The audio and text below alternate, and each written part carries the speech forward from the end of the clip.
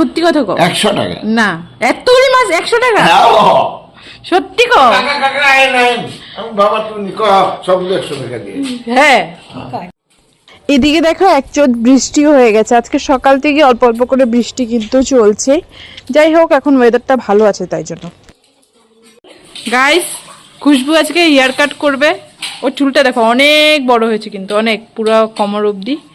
তো ও কি hair cut দিবে ও বুঝতে পারছে না। তোমরা একটু সাজেস্ট করো। আমি বলেছি একটু বয় কাট করে নে, ভালো লাগবে, আর নাহলে বাটি ছাট। এই যে ও ছোটবেলা কিন্তু সবসময় বাটি ছাট দিত। যাই হোক, ও যখন হেয়ার কাট করে আসবে তখন তোমাদেরকে দেখাবো নিউ হেয়ার কাট। তো মার মাছ কাটতে দেরি হচ্ছে, তো বোন পুজোটা দিয়ে দিয়েছে। তোমরা ভাববে যে আমি কি করছি, আমি অনেক কাজ করছি গাইস, তোমাদেরকে দেখাচ্ছি না, সেটাই হচ্ছে কথা।